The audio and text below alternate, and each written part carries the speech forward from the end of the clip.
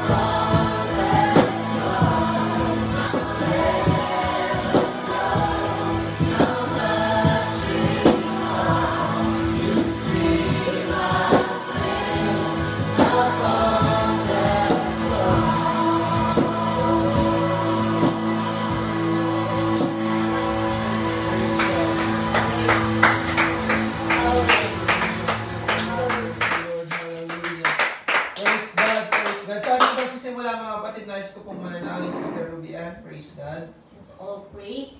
Dakilang Diyos, kami po ay nagpapasalamat sa iyo ngayong gabi, Panginoon. Sa buong maghapon, God, iingatan mo ang bawat isa sa amin. And Lord, inihatid mo kami ng matiwasay ngayong gabi upang sa ganun, God, ay maging daluyan ulit ng iyong pagpapala para sa gawain namin for tonight.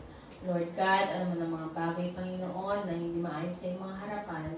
Alisin mo ang lahat ng mga ito at patuloy mong salisikin ang aming mga puso't isipan. Yes, At tawarin mo kami sa mga kasalanan na aming nagawa, Panginoon, at samahan mo po kami sa gawain ito mula sa umpisa hanggang sa matapos ito.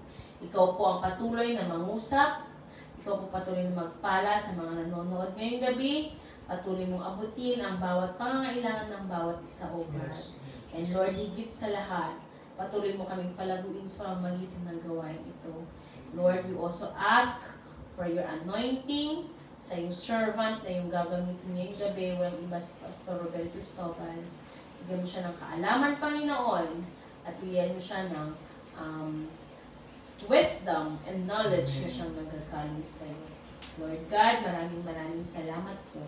At ito po ang aming mga samot dalangin sa pangalan ng Jesus. Amen. Amen. Praise the Lord. Kaya na tayo po mga kapatid. Amen. Praise the Lord. And I thank God mga kapatid. It's Wednesday. Amen. Praise the Lord. Hallelujah. Amen. Napakabuti ng ating Panginoon mga kapatid. Ang bilis ng mga araw, ang bilis ng panahon mga kapatid. Praise God. At tayo'y nasa kalagitnaan ulit mga kapatid ng month of June. Today is June 15. Tama ba man? 16. Praise the Lord. Na-late pa nga ako. Amen. So, praise God. Napakabuti ng ating Panginoon. Samahan niyo ako mga kapatid sa Psalms chapter 50 verse 15. Awit 50 versikulo 15. Babasahin po ni kapatid na Haru. At tumawag ka sa akin sa kaarawan ng kabagabagan. Ililigtas kita at iyong luluwalhatiin ako. Amen. Praise God. Sabi niya mga kapatid, tumawag ka sa akin sa kaarawan ng kaguluhan, ililigtas kita at igagalang mo ako.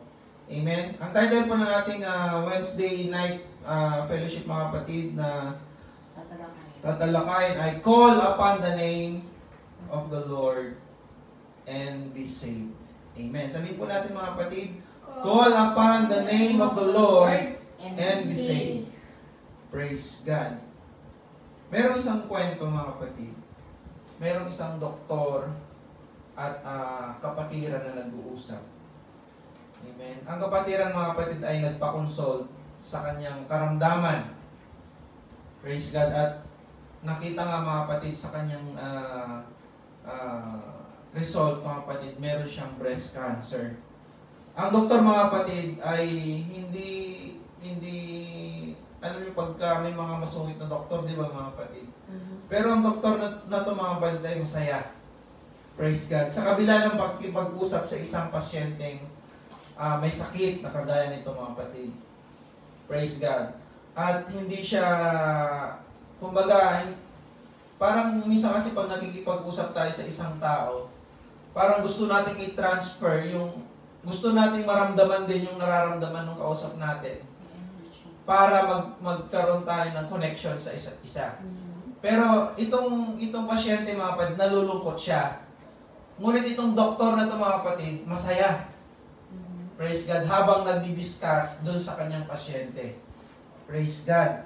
Nakangiti yung doktor mga kapatid na nagbibigay sa kanya ng mungkahi, ng mga payo mga kapatid kung anong dapat gawin. Ang sabi ng doktor sa kapatiran, sa iyong pagsisimula sa bawat araw, simulan mo sa pagbibigay ng pasasalamat sa Panginoon. Yun ang sabi ng doktor mga kapatid. Alam natin mga kapatid na ang pasasalamat ay nagbubukas ng ating mga puso upang makahanap ng kalakasan sa pamamagitan ng kabutihan ng Diyos. Amen? Praise God. Sabi niya, so sa tuwing umaga, umpisaan mo ang iyong araw sa pamamagitan ng pagpapasalamat sa ating Panginoon. Yun ang advice niya, mga kapatid. Praise God. At ganoon nga ang ginawa ng kapatiran, mga kapatid, na merong sakit na breast cancer. Siya ay nagsimula sa bawat araw sa mga salita at papuri ng Diyos. Praise God. Papuri para sa Diyos. Salamat. Sabi niya, mga kapatid, salamat sa iyo, Panginoon. Praise God. Para sa aking malinis na kama. Amen. Salamat sa iyo, Panginoon, para sa masarap na tulog. Salamat sa iyo, Panginoon, para sa pagsikat ng bagong araw sa aking buhay. Praise God. Salamat sa iyo, Panginoon, sa mga nakahandang pagkain sa aking hapagkainan. Salamat sa iyo, Panginoon, para sa isa pang ngiti na mula sa aking mga labi. Amen. Praise God. Kahit yung mga simpleng ngiti natin, mga kapatid, dapat natin ipagpasalamat sa Panginoon. Pwede bang lahat tayong ngumiti, mga kapatid? Lalo na nasa unahan. Praise the Lord. Amen. Marahil para sa ibang mga kapatid, yung binigay na reseta, mga kapatid, ng doktor, ay para bang walang maging pupuntahan, walang kabuluhan. Kasi, pag paulit-ulit, mga kapatid, parang nawawalan ng di ba, direction. Ay, ano ba tawag doon? Parang nakakasawa. Pero yung pagbibigay niya kasi ng payo, mga kapatid, may kasamang sigla, nakangiti, para ma-convince talaga yung may cancer na gawin ito sa kanyang buhay araw-araw, mga kapatid. Praise God. Kung ang bawat salita ay taos-pusong sinasambit sa Diyos, at taos-puso nating purihin siya, mga kapatid, na may kasamang pagpapasalamat sa Panginoon. Praise God. Kahit yung mga maliliit na detalye ng ating mga buhay, mga kapatid, pasalamatan natin yan sa ating Diyos, mga kapatid. Praise God. Ito ay mahalaga sa ating Panginoon. Sapagkat nakikita niya na ino-honor mo yung kanyang mga ginawa sa iyong buhay. Amen? Nakikita niya, mga kapatid, na ina-acknowledge mo siya sa kanyang mga ginawa para sa iyo. Praise God. Hallelujah. Sabi ng Romans chapter 10 verse 8, mga kapatid. Ngunit, ano ang sinasabi nito? Ang salita ay malapit sa iyo, nasa iyong bibig, at sa iyong puso. Nasaan daw yung salita, mga kapatid? Nasa bibig, nasa puso. Ito ay ang salita ng pananampalataya, mga kapatid. Praise God. Sabi ni Pablo na aming ipinapangaral. Praise God. So, since meron tayong bibig, meron tayong puso, gamitin natin ito, mga kapatid, upang makapagpahayag ng salita at pasasalamat sa ating Panginoon. Praise God. Na merong pananampalataya. Sa verse 9 ng Romans 10, mga kapatid, sapagkat kung ipahahayag mo sa pamamagitan ng iyong bibig si Jesus na Panginoon, sabi niya, at sumasampalataya ka sa iyong puso na binuhay siyang muli ng Diyos mula sa mga patay, ay maliligtas ka. Praise God. Sa 10, sapagkat sa puso ang tao'y nananampalataya, kaya't itinuturing na ganap, at sa pamamagitan ng bibig ay nagpapahayag, kaya't naliligtas. Amen? Kaya ingatan din natin, mga kapatid, yung ating mga bibig. Praise God. Ingatan natin yung ating mga dila, yung mga bawat kataga, mga kapatid, na lumalabas sa ating mga bibig, mga kapatid. Praise God. Ang sabi dito, mga kapatid, kailangan nating, sabi niya, sa pamamagitan ng bibig, ay napapahayag kung tayo ay maliligtas. Praise God. Kaya mag-ingat tayo, mga kapatid, ha? Romans chapter 10, verse 11, sapagkat sinasabi ng kasulatan, ang bawat sumasampalataya sa Kanya ay hindi malalagay sa kahihiyan. Praise God. Ang lahat ng nanampalataya sa Panginoon, magsabing Amen. Amen. So, hindi kayo malalagay sa kahihiyan. Praise God. Sa verse 12, mga kapatid, ng Romans chapter 10, sapagkat walang pagkakaiba sa Hudyo at Griego, sapagkat ang Panginoon ay siya rin Panginoon ng lahat. Amen? Walang maputi, walang maitim. Praise God. Anong part yan? Walang may ngipin man o wala, mga kapatid. Pantay-pantayan sa harapan ng ating Panginoon. Kahit anong lahi. Praise God. Sabi niya sa 13 mga kapatid, sapagkat ang lahat ng tumatawag sa pangalan ng Panginoon ay maliligtas. Very good.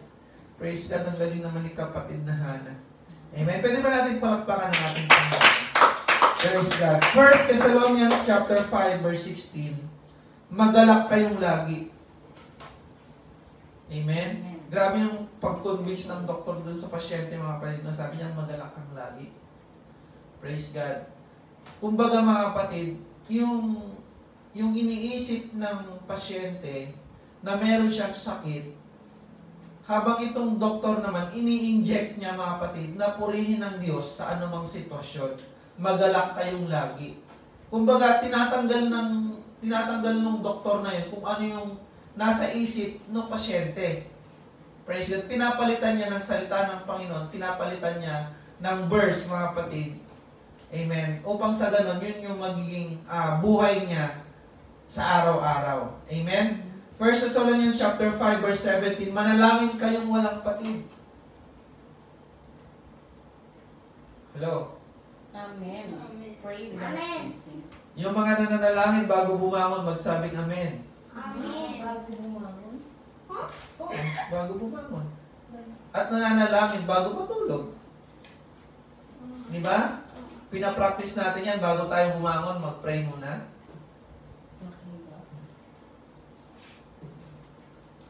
Tama ba? Hindi. Pagkabangon. Pag bumangon na. Tama. 1 Chronicles chapter 16 verse 34 mga kapatid. O magpasalamat kayo sa Panginoon sapagkat siya'y mabuti.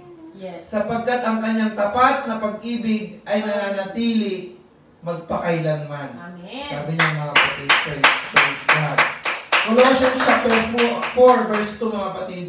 Magpatuloy kayo sa pananalangin at kayo'y magbantay na merong pagpapasalamat. Amen? Tulad ng naranasan mga kapatid ng babaeng yan, mga kapatid yung pasyente, ang buong pusong pagpapasalamat ay tumutulong sa ating espiritu na umunlad. Amen? Kapag meron tayong galak, kapag meron tayong joy sa ating mga puso mga kapatid, praise God, nakakalimutan din natin kung anong sakit meron tayo habang pinupuri natin ang ating Panginoon. Kaya, ang gustong iparating ng message na ito mga kapatid, praise God, para hindi mo maramdaman ang kahirapan, magpuri ka sa Panginoon. Amen. Para hindi mo maramdaman ang mga sakit mo sa buhay, purihin mo parati ang Diyos. Yes. Amen? Kaya nga sinasabi mo, walang ano dito, hindi ka mapapahiya pag naglilingkod ka sa Panginoon. That's right. Praise God, hallelujah. Kaya kung ano man ang karamdaman mo, purihin mo ang Diyos. Yes. Makakalimutan mo yun at gagaling ka sa pangalan ng ating Panginoon. Amen. Amen? Praise God. Kapag tumawag tayo sa Panginoon, sabi ng 50 verse 15 ng awit mga kapatid, sa kaarawan ng ating kaguluhan, ililigtas kita. Sabi ng ating Diyos, mga kapatid. Sinabi ng Bible, mga kapatid, sa pamamagitan ng kanyang latay, yung kanyang mga stripes, praise God, tayo ay nagsigaling. Amen? 1 Peter chapter 2, verse 24, siya mismo ang nagdala ng ating mga kasalanan sa kanyang katawan. Praise God. Sa punong kahoy, ano yung punong kahoy na tinutukoy doon mga kapatid sa 1 Peter chapter 2, verse 24, yung cross. Amen? Siya mismo ang nagdala ng ating mga kasalanan sa kanyang katawan sa punong kahoy upang tayo'y mamatay sa mga kasalanan at mabuhay sa katuwiran. Amen. Dahil sa kanyang mga sugat, Thank you, Jesus. ako, ikaw, tayo ay gumaling. Yes. Hallelujah. Purihin ang ating Panginoon. Praise God. Sa mga tuwing binigay na ni Jesus, mga kapatid, ang kagalingan sa atin. What we just need, mga kapatid, to do is to receive by faith. Yes. Amen? Claim it and thank God for it. Yes. Amen. Praise God. Natutuwa ang Panginoon, mga kapatid, kung tayo ay nagpapakita ng kapanatagan sa kanyang harapan. Tayo ay nagtitiwala sa kanyang kakayahan. Praise God. Na merong kasamang pagpapasalamat sa kanyang mga ginawa sa ating mga buhay, mga kapatid. sa pamamagitan ng kanyang pag-ibig. Praise God, for God so loved the world. Amen? That He gave His only Son for you, for me, for us mga kapatid, upang tayo ay maligtas sa ating mga kasalanan. Amen? Siya ang ating manunubos. Dahil sa kanyang dugo mga kapatid, tayo ay by His blood, we are saved. Tayo ay naligtas mga kapatid. Tinubos na tayo ng ating Panginoon. Siya ang ating dakilang manggagamot. Amen? Sa pamamagitan ng kanyang mga sugat, mga kapatid, tayo ay pinagaling. Wala tayong dapat tawagin sa oras ng ating mga karamdaman, kundi ang pangalan ng ating Panginoong Hesus. Amen? Praise God. Kung wala kang karamdaman, purihin mo ang Diyos. Amen. Amen? Praise God. Kung ang buhay mo ay marangya, nararanasan mo ang kaginhawaan sa buhay, purihin mo ang Panginoon. Amen? At kung ikaw mga kapatid ay mayroong karamdaman, tumawag ka sa Panginoon, pagagalingin ka ng ating Diyos mga kapatid. Amen? Praise God. Salamat sa Panginoon. Amen? Sapagkat ang bawat isa ay pinagaling ng Diyos. Amen. Lahat tayo ay nakaranas ng kagalingan. Yes. Lahat tayo mga kapatid ay nakaranas, praise God, na pinagaling ng ating Panginoon. Naalala niyo mga kapatid nung nagkasakit kayo, tumawag kayo sa Diyos, pinagaling kayo. Amen. Amen? Sa oras ng inyong pagdadalamhati, tumawag kayo sa Diyos, pinasaya kayo mga kapatid. Praise God. Sa oras na wala kang makain, tumawag ka sa Diyos, binigyan ka ng Diyos ng makakain. Praise God. Kaya wala tayong dapat gawin mga kapatid, kundi magpasalamat sa ating Panginoon. Amen? Call upon the name of the Lord, and you shall be saved. Amen? Praise God. Tumayo tayong lahat mga kapatid at tayo manalangin sa ating Panginoon. Praise God. Hallelujah. Amen. Praise God. Napakabuti ng ating Panginoon mga kapatid. Tayo manalangin mga kapatid. Panginoong Diyos, maraming salamat Panginoon sa ibinigay mong kagalingan Panginoon sa lahat ng may sakit. Ang biyaya ng kagalingan ay laging available sa panahon na ito mga Panginoon. Praise God. Sa oras na aming kailangan, nariyan parati ang iyong pangalan Panginoon na dapat tawagin o God. Turuan mo kaming laging maging mapasalamatin, praise God, sa pamamagitan ng mga dumarating sa aming mga buhay, Panginoon. Mabuti man o hindi mabuti, dapat kami magpasalamat sa iyo, Panginoon. Lord Jesus, I pray, Panginoon, hallelujah, ang bawat kapatiran, Panginoon, na nasa kanilang mga tahanan, praise God, ang bawat pamilya, Panginoon, hallelujah, na nagsalo-salo sa iyong mga salita, Panginoon, pagpalain mo ang kanilang mga buhay. Lord Jesus, I pray, Panginoon, and we pray, Lord, ng bawat kapatiran, Panginoon, na merong nararanasang pagsubok ngayon sa kanilang pamilya, Panginoon. Ikaw, God, hallelujah, ang siyang maggabay sa kanila. Padala mo sila ng iyong mga anghel, Panginoon, upang malutas ang kanilang mga problema, Lord Jesus. Dalahin ko din, Panginoon, ang aming mga youth member sa church na to, Panginoon, na ikaw ang mag-guide sa kanila, Panginoon, ilayo mo sila sa lahat ng kapahamakan, Panginoon. Ang mga nanay, ang mga tatay, Lord, ikaw, Panginoon, ang magbigay sa kanila ng wisdom, Panginoon, upang makapag-share din ng salita mo, Panginoon. Ganon din ang mga kabataan, mga bata, praise God. Ikaw, O Diyos, ang magpalaki sa kanila, Panginoon, na mayroong takot. Hallelujah. At i-bless mo din, Panginoon, ang aming mga viewers, Lord, na nasa kanilang mga tahanan, nasa kanilang mga trabaho, ang aming mga kamag-anak, O God, na nasa ibang bansa, ingatan mo sila, Panginoon, sa sakit, Lord. Maraming salamat, O Diyos, basbasan mo ang bawat isa, Panginoon. Bless our PNR Church, Panginoon, nakikita mo, O God, ang aming mga pangangailangan sa loob ng iglesia, Panginoon. Naniniwala kami, O Diyos, na Ikaw ang magpo-provide, Panginoon, sapagkat alam namin ang pangalan na dapat namin tawagin kundi Ikaw, Panginoon, sa lahat ng aming mga kailangan, sa lahat ng aming mga kailangan sa aming mga buhay, Panginoon. Lord, maraming salamat, O Diyos, Ingatan mo mga kapatiran, ingatan mo kami, O God, sa aming pagpasok sa aming mga trabaho, sa aming pag-uwi, Panginoon, tanggalin mo ang lahat ng virus na sumama sa amin, Lord. In Jesus' name we pray. Amen, amen, amen. Palakpakan natin ang Panginoon. Praise God. And see you all on Friday.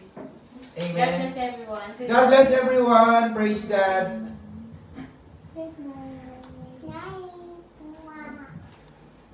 Salamat, babati pala ako. Salamat po kay Nanay Billy, kay Sister Jocelyn, kay Sister Marita, Sabihin niyo po kay Sister Macarla Macapugas, Malinaw, praise God, Sister Remy, and then si Auntie Entay, Sister si Brother Jerome, Sister Jocelyn. at nakita ko din kanina nag-wave si Sister Ruth Ann, praise God, sa Pada family.